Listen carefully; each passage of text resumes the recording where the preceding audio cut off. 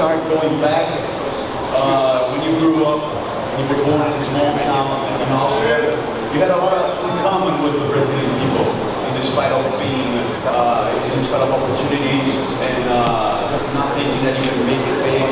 So when you were a kid, what made you dream big and aim high for your goals? And why did you choose bodybuilding in a town that practically didn't exist bodybuilding? I was always very restless when I was a kid. I always wanted to do sports. I always wanted to compete. I always wanted to be the best. And it was just a matter of time for me to go and try different sports to find exactly the thing that I was so talented in. You know, I went from soccer to skiing and running, track and field, and shot put, and javelin throwing, and boxing, and everything you can think of. But the first time when I went into a gym and worked up a weight, my body responded very quickly. And so I got feedback right away from people saying, you have a great talent. You've been here for 2 months and your bench press covered the weight, and then you came in here with your body going. I think you should become a weightlifter. And so I was in a weightlifting club, and I was competing every weekend and in weightlifting. And one city against another city. And we had a great time. And then eventually I started venturing out into bodybuilding. And I happened to pick up a magazine that had Rich Park on the cover. Rich Park was at that time a 3-time Mr. Universe. And he was at the cover and it said, Mr. Universe becomes star of Hercules. And I said, wow, you become a bodybuilding champion and then you can get into the movies and become Hercules. That is fantastic. It's a whole other thing. So I started really emulating and started doing everything that this guy Richard Park did in the magazine. Exactly his training routine and followed everything exactly like he did. And so I became obsessed. But I think that the question why was I so obsessed is a really good question, because I think it had to do with just, being the second child, and I thought it was always kind of going older than me, was ahead of me, physically and mentally. And there was the competition also that my father created in us too. And so it was this competition at home and then also in the school and everything. That just became very competitive. And the need to get out of Austria was enormous, because to me Austria was kind of a little country, and I felt like I wanted to be in America.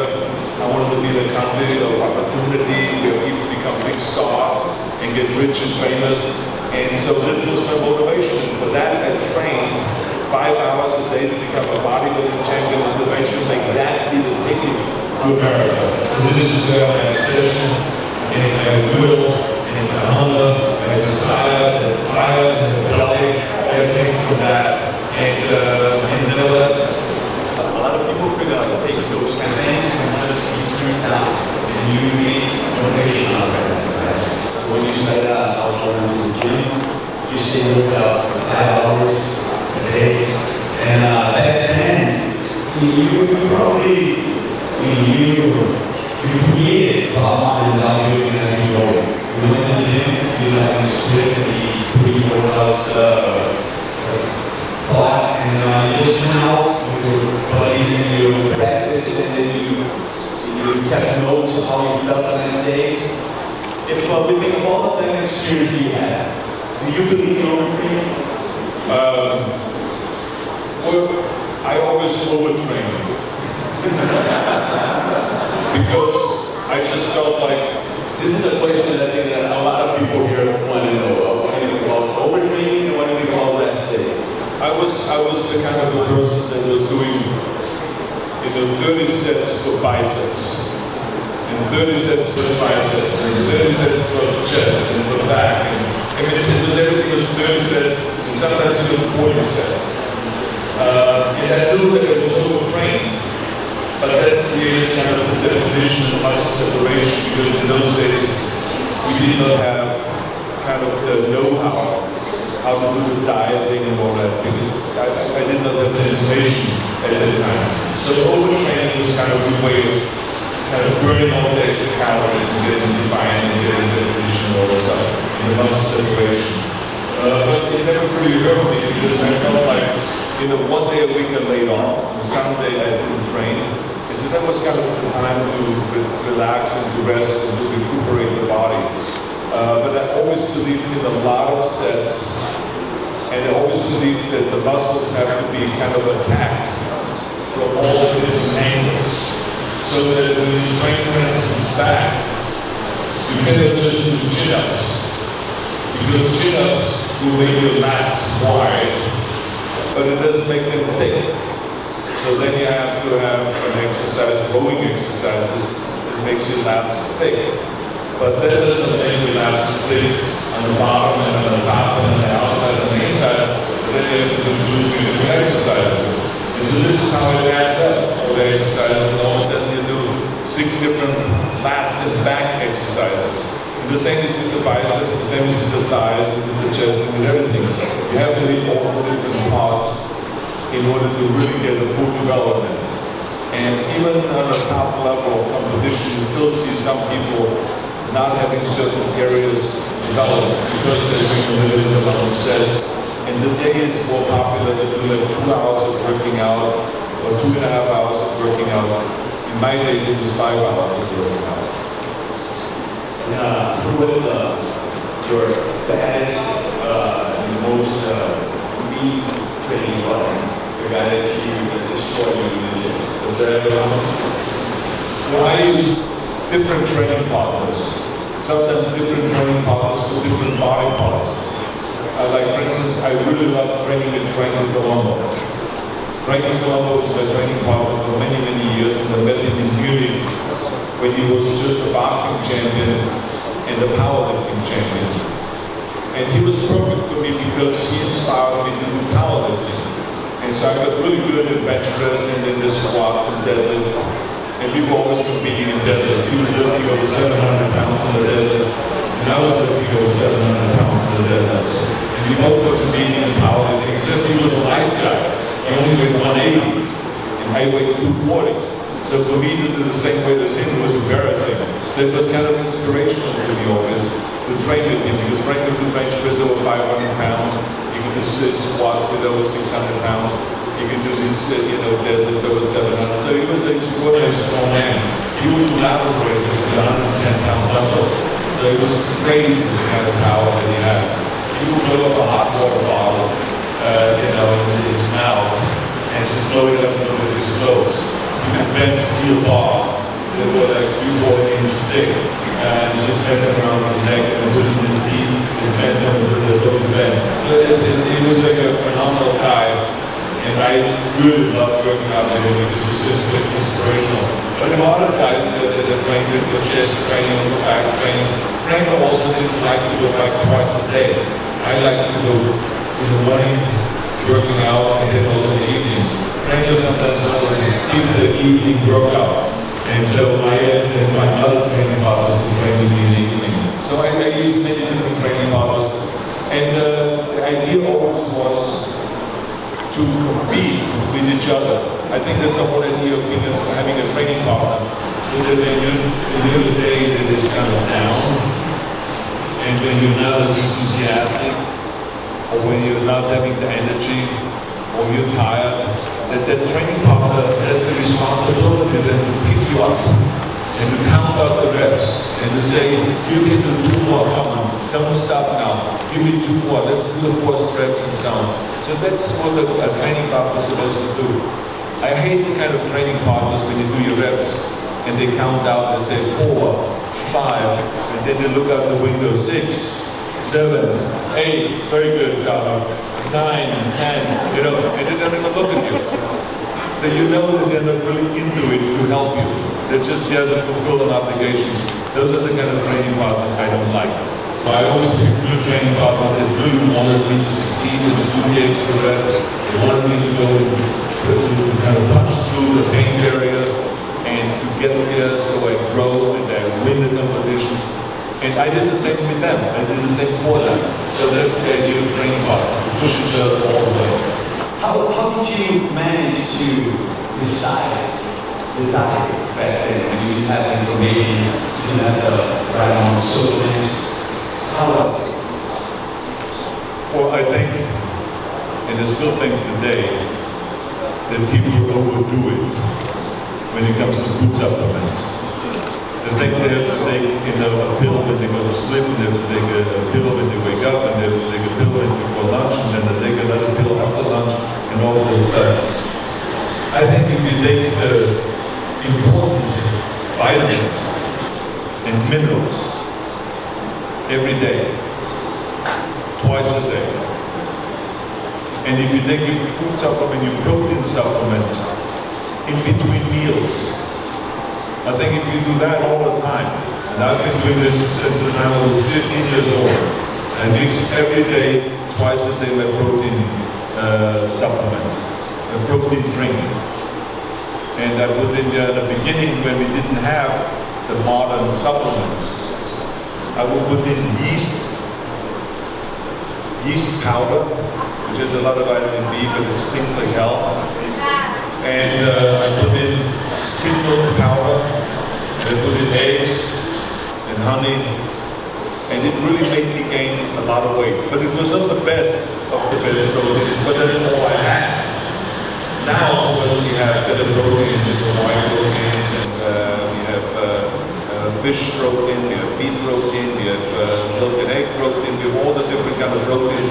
So you basically choose what you want to have and what you're into. So right now, this guy goes to Muscle Farm, he came out with a whole line of food supplements, and I'm not trying to hype that.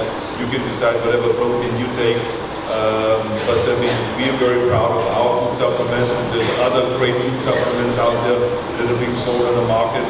But the bottom line is, I just believe that if you really train hard, and if you want to gain weight, specifically muscle weight, then we don't get enough protein with our regular meals.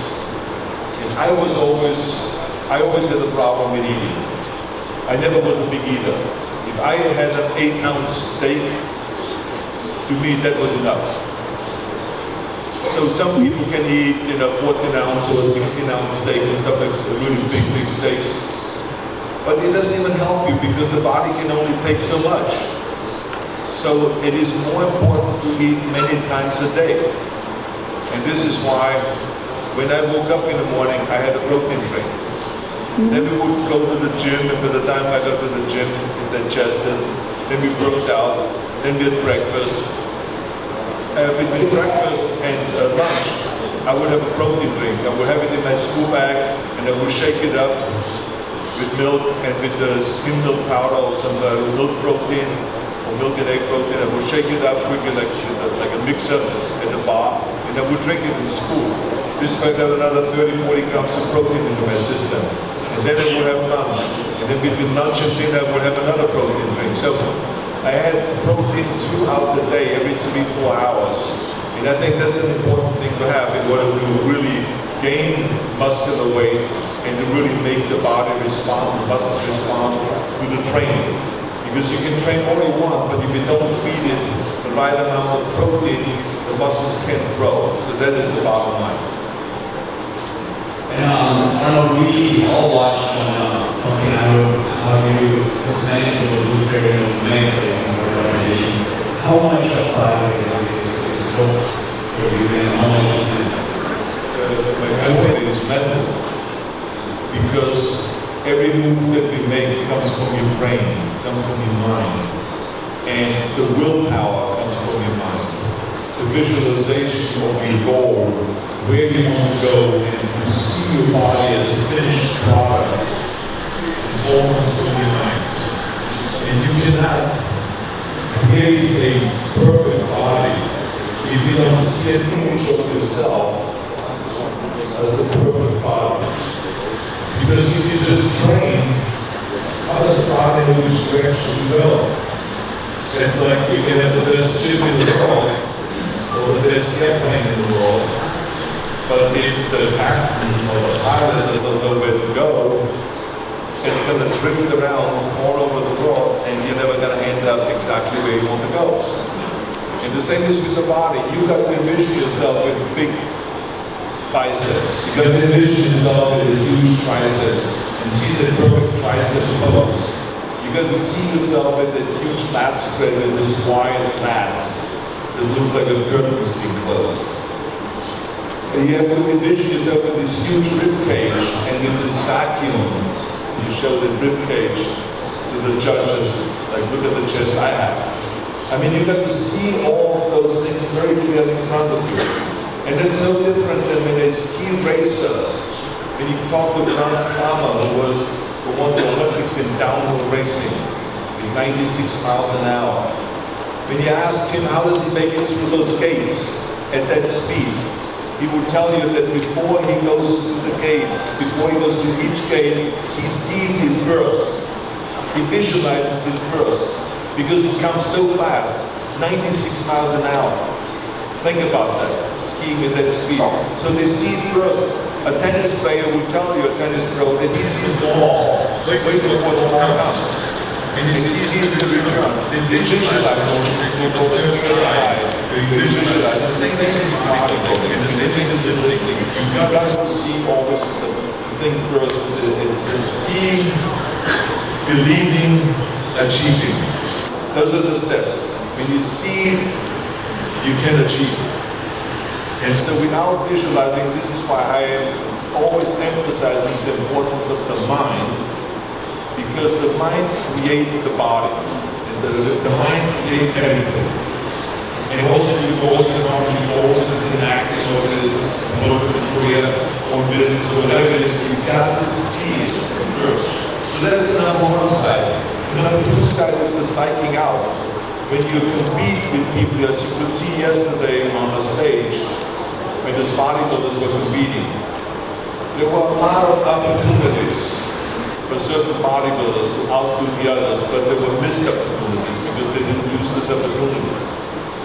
And you got to really know that when you're on that stage, when you're competing against others, how do you use your mind and how do you use your body? And really outdoing the others. And to make it clear to the judges, I am the champion. And there's a whole way of doing that, and this is to do with the mind, not just with the body.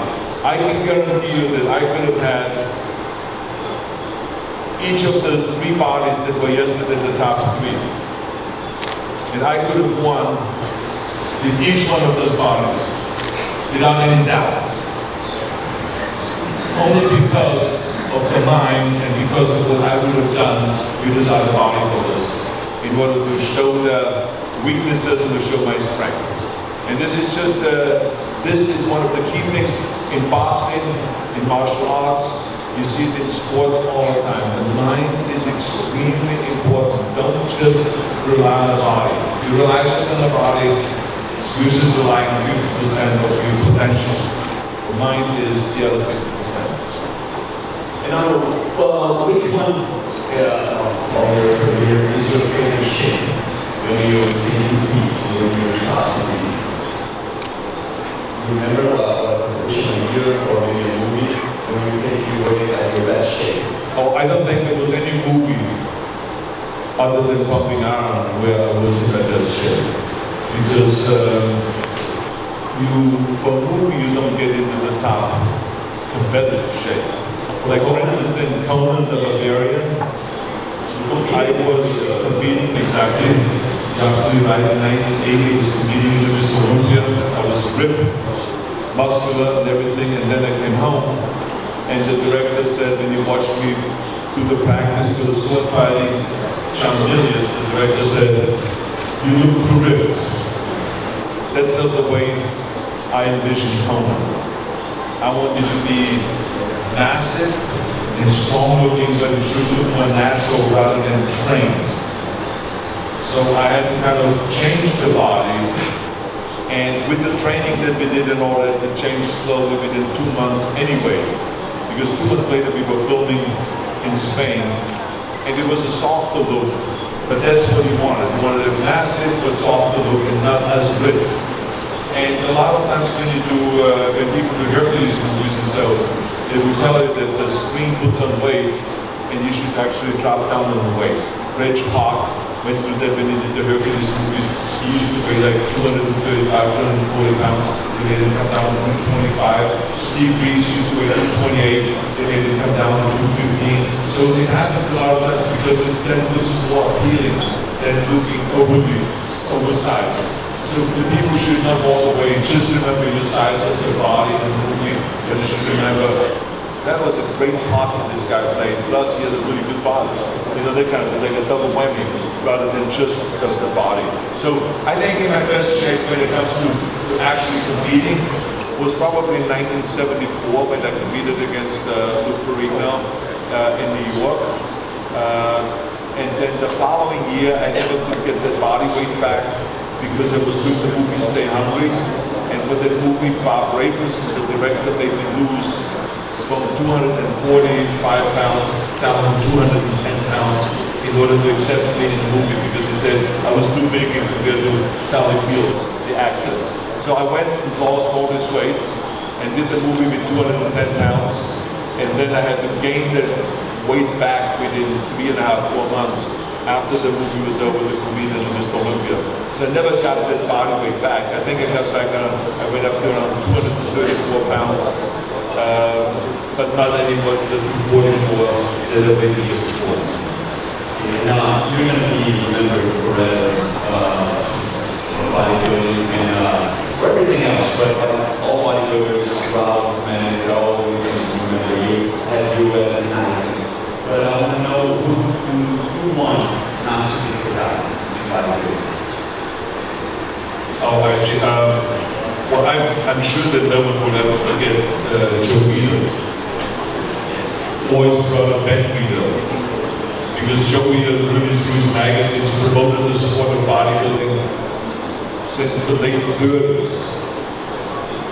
And Ben Weider promoted bodybuilding through the federations, the IFBB, for all these decades. So both of them were very historic people, but there were many others. I think, people like Charles Atlas, who did those ads, and keeping sand in your face, on a beach, those kind of things, the before and after shots and all that. They were very important to promote bodybuilding. Or Chuck LaLanne, who did the first television show on exercising, and then worldwide with that. So there were a lot of people like this, but also a lot of the bodybuilding champions like Mr. Olympias. I mean, there's some wonderful Mr. Olympias that you have, from Mion, Gary Scott, and all those guys, Darren Yates. I mean, they really were great bodybuilders, and they did a great job in promoting the sport of bodybuilding. The most important thing when you're a champion is that you use your title, and that you use your fame for something good. Never ever think that this is the end when you win the championship, that this is what it's all about. It got you to become a champion, it got you to that stage because a lot of people helped you. Now is the time to help others. This is why it's important that we reach out and that we inspire our young people, and inspire people in general to go out and exercise every day. It doesn't matter which sport you do, if you do bodybuilding, weightlifting, martial arts, tennis, ping pong, whatever you want to do, but just go out and do something. My father always said to me every day, be useful. I don't care what you do, but be useful. And so you have to ask yourself the question all the time, are you useful? Are you really doing something for your family, for your friends? Are you doing something for your community? What are you doing for your state, for your city, or for your country? It doesn't matter where you're from. We have the responsibility to reach out and to do something. So since you're a bodybuilding champion, your responsibility is to promote bodybuilding, to promote health, food supplements, nutrition, and exercising. And this is what the Arnold Classic is all about. I'm not doing the Arnold Classic to make money. I have plenty of money. I was the highest paid actor. I got millions and millions of dollars from acting, and I don't have ever, I could never even spend my money. I need many, many lives to spend my money. But this, to promote bodybuilding and to promote fitness in the Arnold Classic is a hobby, it is a passion. A passion because it is part of the health and fitness crusade. I've started the crusade 45 years ago, where I promised myself I would not just lift weights for myself, but I would lift the entire sport of bodybuilding, the whole fitness movement. I would do everything that I can to lift it and to popularize it. And today we have been very successful because today you can go to any hotel in the world and you will see a gymnasium. You can go to any university and you will see a gymnasium in the weight room. You can go to every fire station and every police station and they're working out with weights. You can go to every military base and they're working out with weights. Every athlete today will do martial arts, UFC fighting, mixed martial arts, boxing, tennis, javelin throwing, football, soccer. There's no difference what you do, they're working out with weights. So this crusade has been extremely successful and we will continue on with the crusade to make sure that everybody benefits. Everybody benefits from good eating and from good food supplements and from good training. That is the bottom line, that is the mission. And that is the mission that everybody is champion of to have. This is another thing you want to talk about. I want to talk about your career. In the 80s, you started out being out in parties with movie stars and you are all when you were the only bodybuilder that ever achieved that. And how did you start? How did you become a bodybuilder to a cool, high guy inside the business to actually start your Well, I think that it was very fortunate that some reason or the other, I always had the kind of personality that I could go out and sell things in a very convincing way. And so the interesting thing was when I went to America, it was only because bodybuilders were always shy. And they never wanted to go out and talk to the press. They never wanted to do interviews. They always felt like they got screwed by the press. That the press is out to get them. The press is misunderstanding them. And I said to myself, well, the only way anyone can misunderstand you is just because you haven't told them the story. All you have to do is just tell them the right story and what bodybuilding is all about. But by hiding in the dungeons, that's not going to take care of the problem.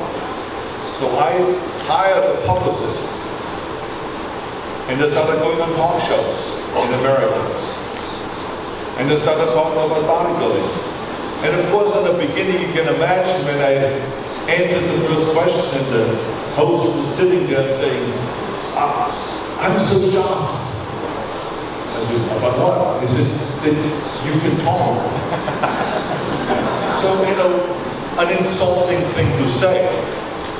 But I didn't take it as insulting. I said it was only making headway. He had just said something positive. That he's impressed that I could talk, so that's great. So it's a good beginning. And so, by the time the talk show was over, he was saying, oh man, you just changed my mind. I mean, I love working out now. Ruff Griffin was the guy that was in the interview. He says, I'm going to start working out with weights.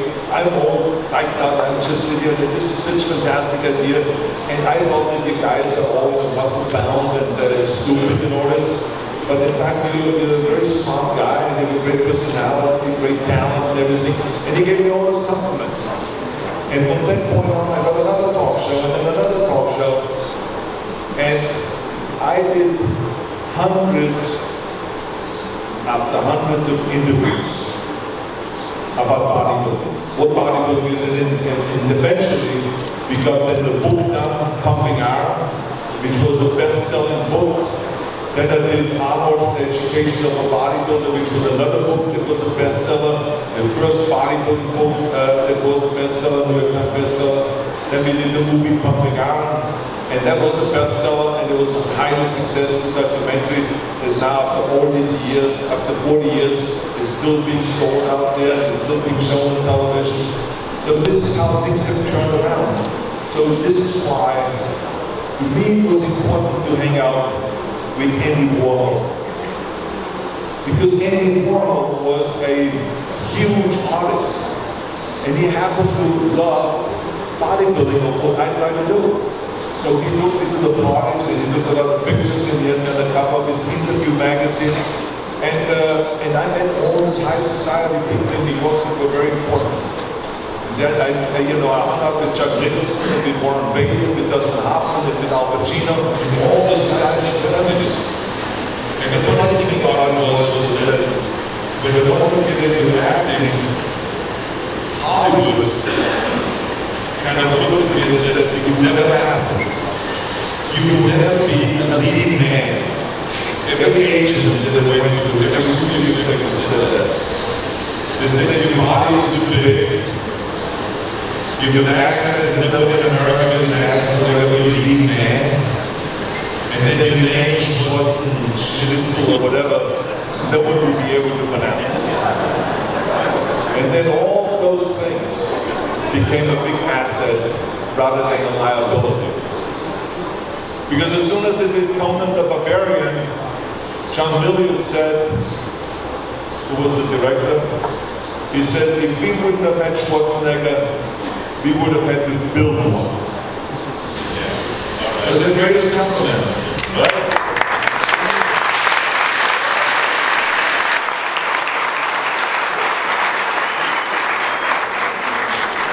When I did Terminator, Jim Cameron said, if we would have had Schwarzenegger with this accent, with this German accent, talking like a machine, we would not have been successful with Terminator. So all of a sudden, my accent was a big plus. And then all of a sudden it became in that if you keep your name, and if your name is very hard to remember, then it is also hard to forget. So then it became a new idea. And it's all the things that they said will be a liability became an asset. And the rest, of course, is history. Now I have the most recognizable voice and accent and speech. People don't even have to see me, when they just hear me, they know it's Arnold. And so now comedians are imitating it in America, and they're having a great time with my accent.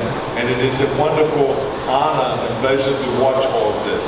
So the reason why I mention this to you is because one of the points to be successful is never listen to the naysayers.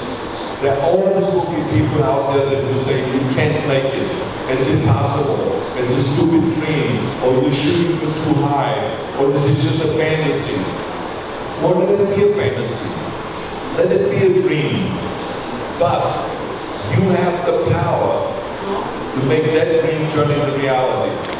You have the power, and don't let anyone ever stop you from making your dream become a reality.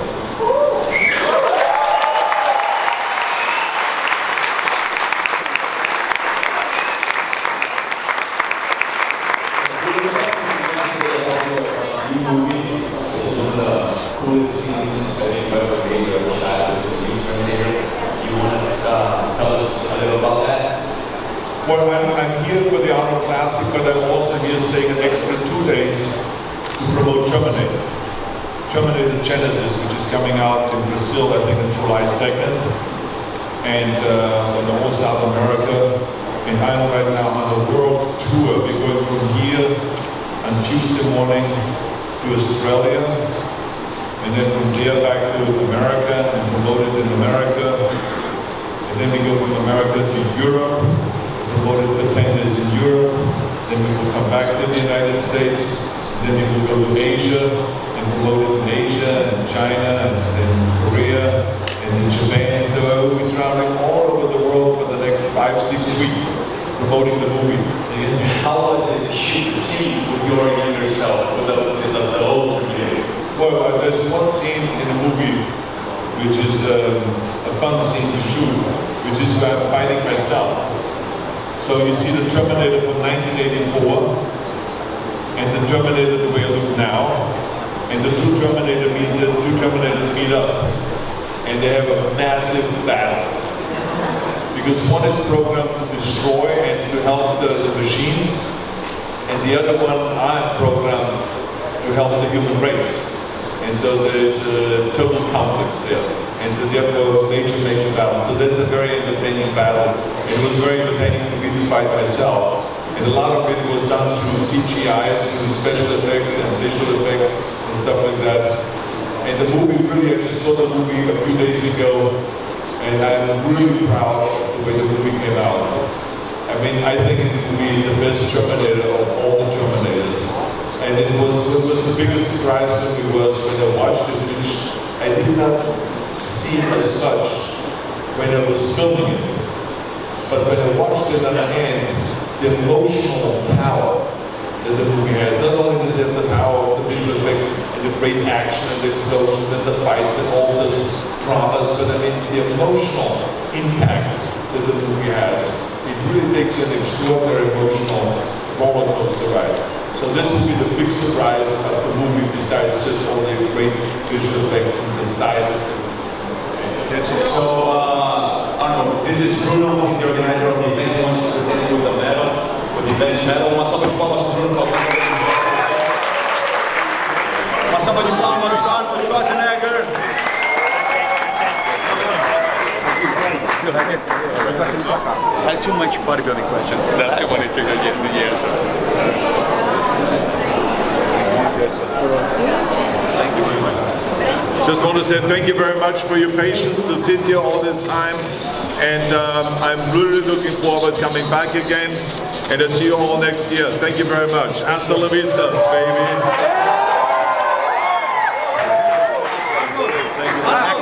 Backside. Arnold, eu te amo, Arnold. Arnold. Mion!